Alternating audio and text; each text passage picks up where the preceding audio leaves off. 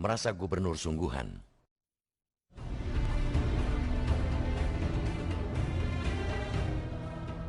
Sumarsono, Direktur Jenderal Otonomi Daerah Kemendagri itu baru 2 bulan lebih menjadi pelaksana tugas atau PLT Gubernur DKI Jakarta yang menggantikan sementara Gubernur nonaktif Basuki Cahayapurnama alias Ahok yang diharuskan cuti karena maju dalam Pilkada 2017. Namun, hanya dalam waktu 2 bulan itu Sumarsono sudah menorehkan beberapa gebrakan yang mencengangkan sekaligus menggegerkan. Dalam waktu singkat pun, ia sudah menjelma seolah gubernur sungguhan, bukan sekedar pengganti sementara. Dengan kuasa yang ia merasa miliki sejak menjabat PLT Gubernur, Sumarsono tanpa ampun langsung mengeluarkan kebijakan-kebijakan yang bertentangan dengan gubernur sebelumnya yang notabene ialah gubernur definitif alias gubernur benaran. Ia tak ragu menghentikan 13 proyek lelang di era Ahok dengan alasan kebijakan umum APBD prioritas plafon anggaran sementara 2017 belum dibahas dengan DPRD. Padahal dalam pasal 73 Peraturan Presiden nomor 4 tahun 2015 tentang pengadaan barang dan jasa, pelelangan dini sebelum pembahasan KUA PPAS diperbolehkan. Sumarsono juga berani menerima usulan anggaran dari DPRD DKI Jakarta yang membuat APBD naik dari 68,76 triliun rupiah menjadi 70,29 triliun rupiah. Termasuk pula ia mengucurkan kembali dana untuk Bamus Betawi dari APBD 2016 sebesar 2,5 miliar rupiah yang sebelumnya di stop Ahok. Bahkan dalam APBD 2017, dana untuk Bamus Betawi itu dia naikkan menjadi 5 miliar rupiah. Padahal dalam Undang-Undang Nomor 17/2003 tentang Keuangan Negara dinyatakan pengelolaan keuangan di tingkat daerah menjadi kewenangan kepala daerah. Kepala daerah yang dimaksud ialah gubernur, bupati, wali kota, dan bukan PLT yang hanya mendapat kuasa dari Mendagri. Langkah kontroversial Sumarsono yang lain ialah ketika ia mengangkat dan melantik pejabat eselon 2, 3, dan 4. Apakah seorang PLT gubernur bisa mengangkat dan merotasi pegawai saja masih jadi perdebatan. Lebih celaka lagi, ternyata beberapa pejabat yang diangkat ialah orang-orang yang sudah diturunkan menjadi staf oleh Ahok. Keberanian Sumarsono untuk menabrak kepatutan kian menjadi-jadi. Dengan rencana, dia menggelar rapat bersama sekitar 40 kepala satuan kerja perangkat daerah di kereta wisata dalam perjalanan menuju Yogyakarta. Kereta akan berangkat dari Jakarta pada Jumat 13 Januari pada pukul 22 waktu Indonesia Barat dan tiba di Yogyakarta keesokan harinya, Sabtu 14 Januari pukul 7 pagi.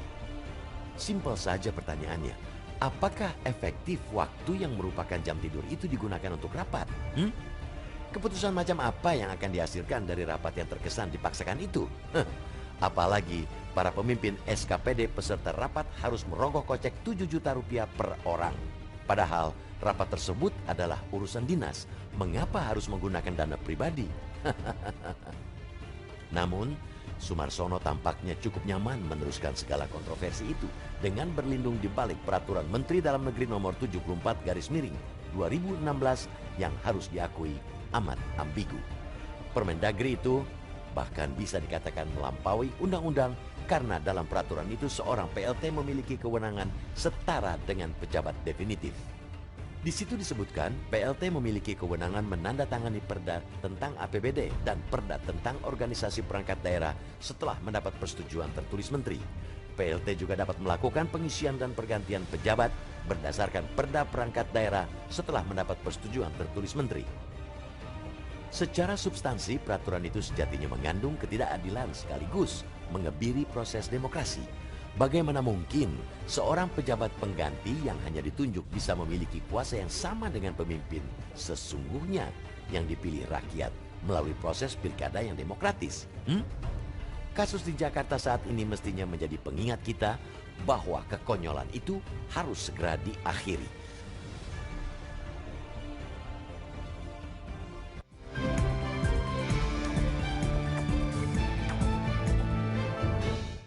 Ya, pemirsa, hari ini tepat 13 tahun sudah Bus Transjakarta beroperasi. Seperti apa evaluasi dari pelayanan Bus Transjakarta selama 13 tahun ini? Sudah ada rekan kami Anggi Hasibuan yang berada di salah satu halte Bus Transjakarta.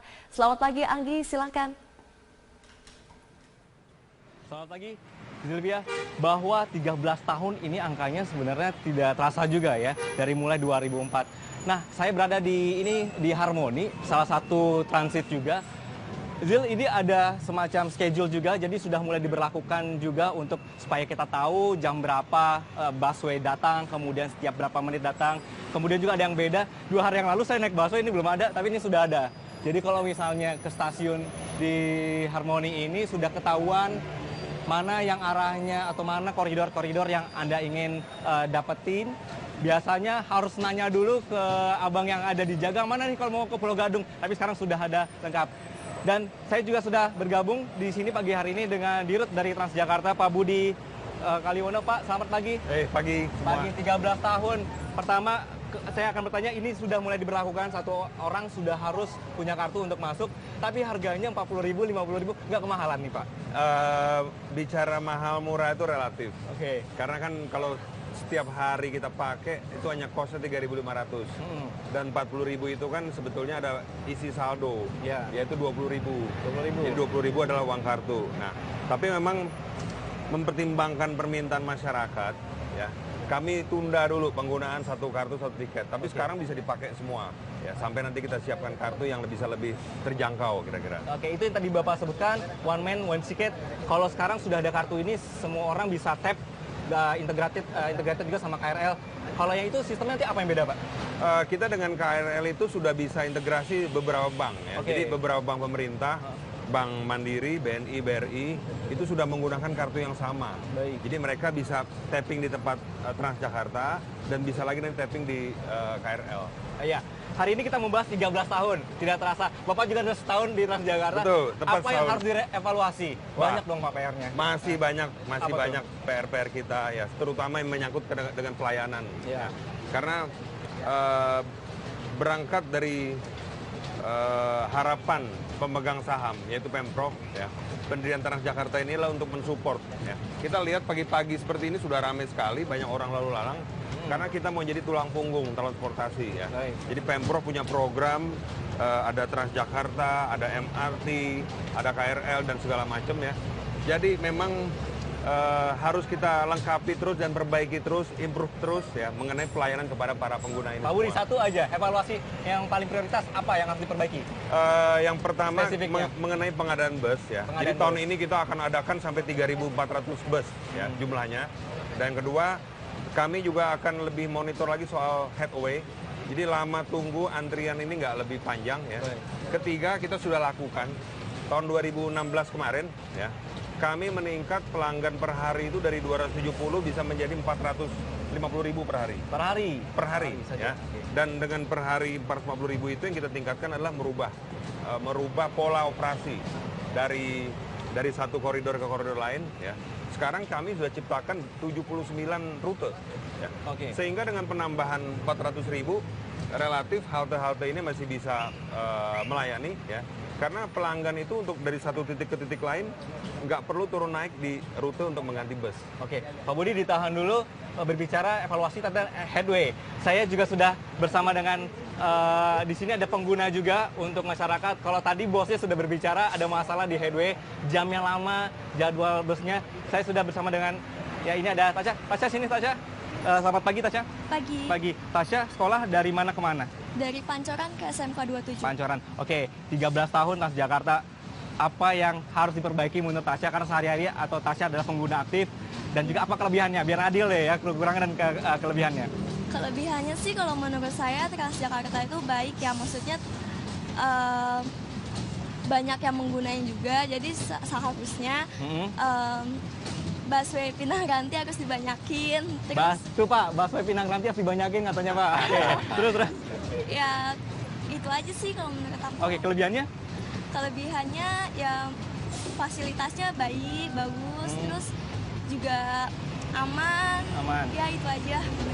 Dari sisi khususnya perempuan atau juga kamu ya, menurut kamu misalnya naik sendiri seperti ini sudah aman atau masih ada yang harus dikritisi?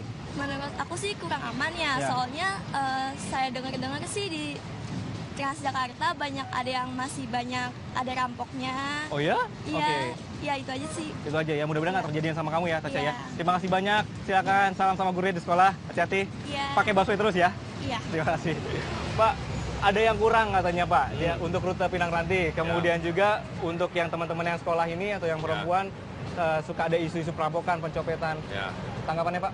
Memang secara data ya, kami itu sudah memulai membuat yang tadi tap in tap out. Ya. Jadi dulu kan hanya pada saat masuk dia harus tap in. Sekarang kita buat tap in tap out. Dari sini kita bisa tahu berapa banyak pengguna-pengguna setiap rute dan berapa banyak ritme-ritmenya ini semua. Jadi kita bisa ukur ya. Oke, ditahan dulu Pak. Nanti saya akan tanya kembali untuk headway-nya.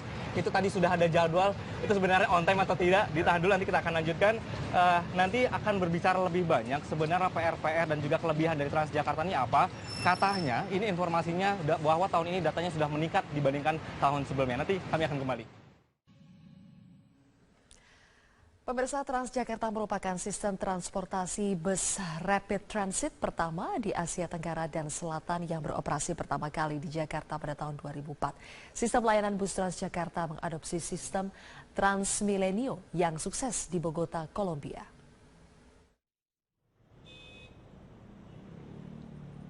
Transjakarta dirancang sebagai moda transportasi massal pendukung aktivitas ibu kota yang sangat padat. Transjakarta merupakan sistem bus rapid transit dengan jalur lintasan terpanjang di dunia, yakni 208 km, serta memiliki 228 stasiun atau halte yang tersebar dalam 12 koridor.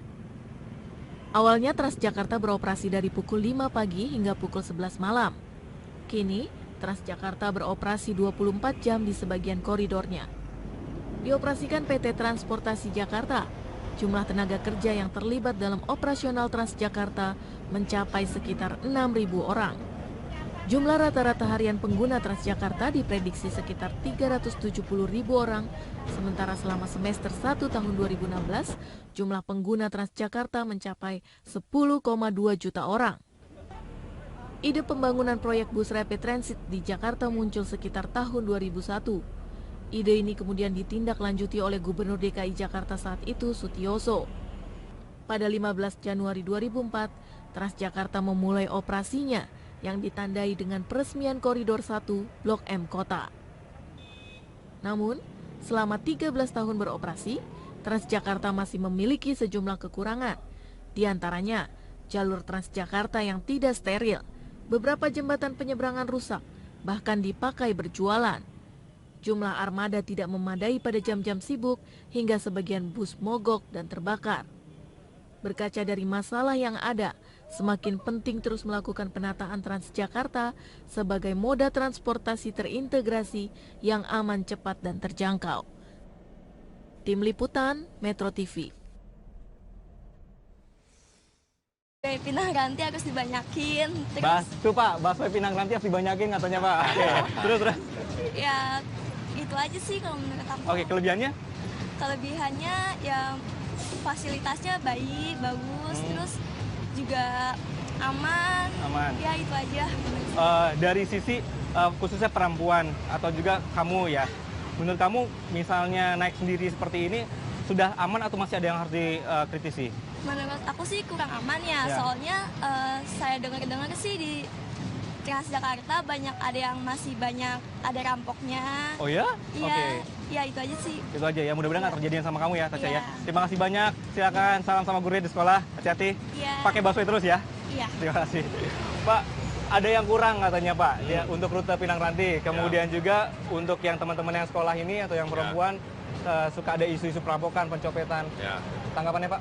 Memang secara data ya, kami itu sudah memulai membuat yang tadi tap in tap out. Ya. Jadi dulu kan hanya pada saat masuk dia harus tap in. Sekarang kita buat tap in tap out. Dari sini kita bisa tahu berapa banyak pengguna-pengguna setiap rute dan berapa banyak ritme-ritmenya ini semua. Jadi kita bisa ukur ya. Oke, ditahan dulu Pak. Nanti saya akan tanya kembali untuk headway-nya. itu tadi sudah ada jadwal, itu sebenarnya on time atau tidak, ditahan dulu, nanti kita akan lanjutkan. Nanti akan berbicara lebih banyak sebenarnya PR-PR dan juga kelebihan dari Transjakarta ini apa. Katanya, ini informasinya bahwa tahun ini datanya sudah meningkat dibandingkan tahun sebelumnya. Nanti kami akan kembali. Pemirsa, Transjakarta merupakan sistem transportasi bus rapid transit pertama di Asia Tenggara dan Selatan yang beroperasi pertama kali di Jakarta pada tahun 2004. Sistem layanan bus Transjakarta mengadopsi sistem Transmilenio yang sukses di Bogota, Kolombia.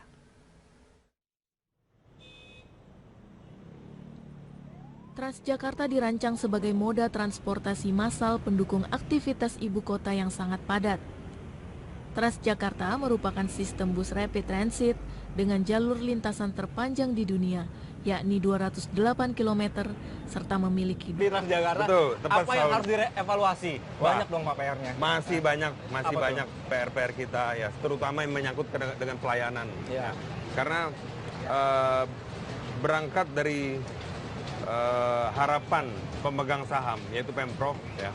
Pendirian Transjakarta inilah untuk mensupport. Ya. Kita lihat pagi-pagi seperti ini sudah ramai sekali, banyak orang lalu lalang, karena kita mau jadi tulang punggung transportasi. Ya. Jadi Pemprov punya program, ada Transjakarta, ada MRT, ada KRL dan segala macam ya. Jadi memang harus kita lengkapi terus dan perbaiki terus, improve terus ya mengenai pelayanan kepada para pengguna ini. Pak Budi, satu aja, evaluasi yang paling prioritas apa yang harus diperbaiki? Yang pertama mengenai pengadaan bus ya. Jadi tahun ini kita akan adakan sampai 3.400 bus ya jumlahnya. Dan yang kedua, kami juga akan lebih monitor lagi soal headway. Jadi lama tunggu antrian ini nggak lebih panjang ya. Ketiga, kita sudah lakukan tahun 2016 kemarin ya. Kami meningkat pelanggan per hari itu dari 270 bisa menjadi 450.000 per hari. Per hari? Per hari, ya. Dan dengan per hari 450.000 itu yang kita tingkatkan adalah merubah pola operasi dari satu koridor ke koridor lain, ya. Sekarang kami sudah ciptakan 79 rute, ya. Sehingga dengan penambahan 400.000 relatif halte-halte ini masih bisa melayani, ya. Karena pelanggan itu untuk dari satu titik ke titik lain nggak perlu turun naik di rute untuk mengganti bus. Oke, Pak Budi ditahan dulu berbicara evaluasi tentang headway. Saya juga sudah bersama dengan di sini ada pengguna juga untuk masyarakat. Kalau tadi bosnya sudah berbicara ada masalah di headway, jamnya lama, jadwal busnya. Saya sudah bersama dengan ya ini ada Tasya. Tasya sini Tasya. Selamat pagi Tasya. Pagi. Pagi. Tasya sekolah dari mana ke mana? Dari Pancoran ke SMK 27. Pancoran. Oke, 13 tahun Transjakarta. Apa yang harus diperbaiki menurut Tasya? Karena sehari-hari atau Tasya adalah pengguna aktif. Dan juga apa kelebihannya? Biar adil deh ya, kekurangan dan kelebihannya. Kelebihannya sih kalau menurut saya Transjakarta itu baik ya. Maksudnya banyak yang menggunakan juga. Jadi seharusnya busway...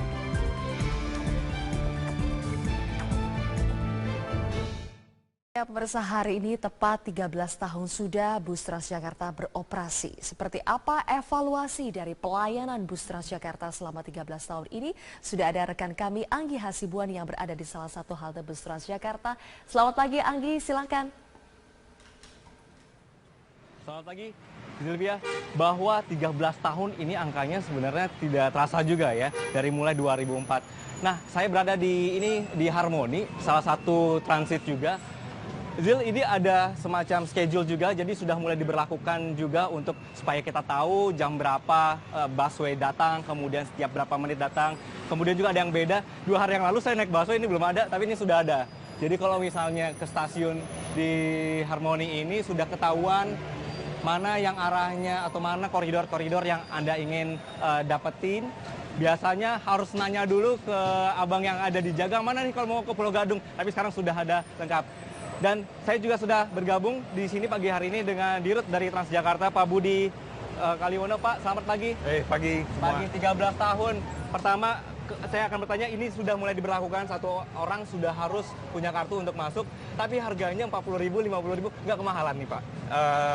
Bicara mahal murah itu relatif. Oke. Karena kan kalau setiap hari kita pakai itu hanya kosnya 3.500 dan 40.000 itu kan sebetulnya ada isi saldo, yaitu 20.000. Jadi 20.000 adalah uang kartu. Nah, tapi memang mempertimbangkan permintaan masyarakat, ya kami tunda dulu penggunaan satu kartu satu tiket. Tapi sekarang bisa dipakai semua. Ya, sampai nanti kita siapkan kartu yang bisa lebih terjangkau kira-kira. Oke, itu yang tadi Bapak sebutkan, one man, one ticket. Kalau sekarang sudah ada kartu ini, semua orang bisa tap, integrated juga sama KRL. Kalau yang itu sistemnya nanti apa yang beda, Pak? Kita dengan KRL itu sudah bisa integrasi beberapa bank. Ya. Jadi beberapa bank pemerintah, Bank Mandiri, BNI, BRI, itu sudah menggunakan kartu yang sama. Baik. Jadi mereka bisa tapping di tempat Transjakarta dan bisa lagi nanti tapping di KRL. Iya, hari ini kita membahas 13 tahun, tidak terasa. Bapak juga sudah setahun. Pejabat eselon 2, 3, dan 4. Apakah seorang PLT gubernur bisa mengangkat dan merotasi pegawai saja masih jadi perdebatan. Lebih celaka lagi, ternyata beberapa pejabat yang diangkat ialah orang-orang yang sudah diturunkan menjadi staf oleh Ahok. Keberanian Sumarsono untuk menabrak kepatutan kian menjadi-jadi. Dengan rencana, dia menggelar rapat bersama sekitar 40 kepala satuan kerja perangkat daerah di kereta wisata dalam perjalanan menuju Yogyakarta. Kereta akan berangkat dari Jakarta pada Jumat 13 Januari pada pukul 22 waktu Indonesia Barat dan tiba di Yogyakarta keesokan harinya, Sabtu 14 Januari pukul 7 pagi. Simpel saja pertanyaannya, apakah efektif waktu yang merupakan jam tidur itu digunakan untuk rapat? Keputusan macam apa yang akan dihasilkan dari rapat yang terkesan dipaksakan itu? Apalagi para pemimpin SKPD peserta rapat harus merogoh kocek 7 juta rupiah per orang. Padahal rapat tersebut adalah urusan dinas. Mengapa harus menggunakan dana pribadi? Namun, Sumarsono tampaknya cukup nyaman meneruskan segala kontroversi itu dengan berlindung di balik peraturan Menteri Dalam Negeri nomor 74 garis miring 2016 yang harus diakui amat ambigu. Permendagri itu bahkan bisa dikatakan melampaui undang-undang karena dalam peraturan itu seorang PLT memiliki kewenangan setara dengan pejabat definitif. Di situ disebutkan PLT memiliki kewenangan menandatangani perda tentang APBD dan perda tentang organisasi perangkat daerah setelah mendapat persetujuan tertulis menteri. PLT juga dapat melakukan pengisian dan pergantian pejabat berdasarkan perda perangkat daerah setelah mendapat persetujuan tertulis menteri. Secara substansi, peraturan itu sejatinya mengandung ketidakadilan sekaligus mengebiri proses demokrasi. Bagaimana mungkin seorang pejabat pengganti yang hanya ditunjuk bisa memiliki kuasa yang sama dengan pemimpin sesungguhnya yang dipilih rakyat melalui proses pilkada yang demokratis? Kasus di Jakarta saat ini mestinya menjadi pengingat kita bahwa kekonyolan itu harus segera diakhiri.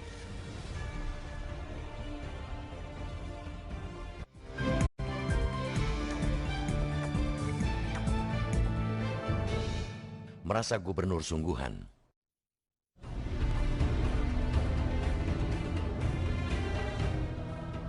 Sumarsono, Direktur Jenderal Otonomi Daerah Kemendagri itu baru 2 bulan lebih menjadi pelaksana tugas atau PLT Gubernur DKI Jakarta yang menggantikan sementara Gubernur nonaktif Basuki Cahayapurnama alias Ahok yang diharuskan cuti karena maju dalam Pilkada 2017. Namun, hanya dalam waktu 2 bulan itu Sumarsono sudah menorehkan beberapa gebrakan yang mencengangkan sekaligus menggegerkan. Dalam waktu singkat pun, ia sudah menjelma seolah gubernur sungguhan, bukan sekedar pengganti sementara. Dengan kuasa yang ia merasa miliki sejak menjabat PLT Gubernur, Sumarsono tanpa ampun langsung mengeluarkan kebijakan-kebijakan yang bertentangan dengan gubernur sebelumnya yang notabene ialah gubernur definitif alias gubernur benaran.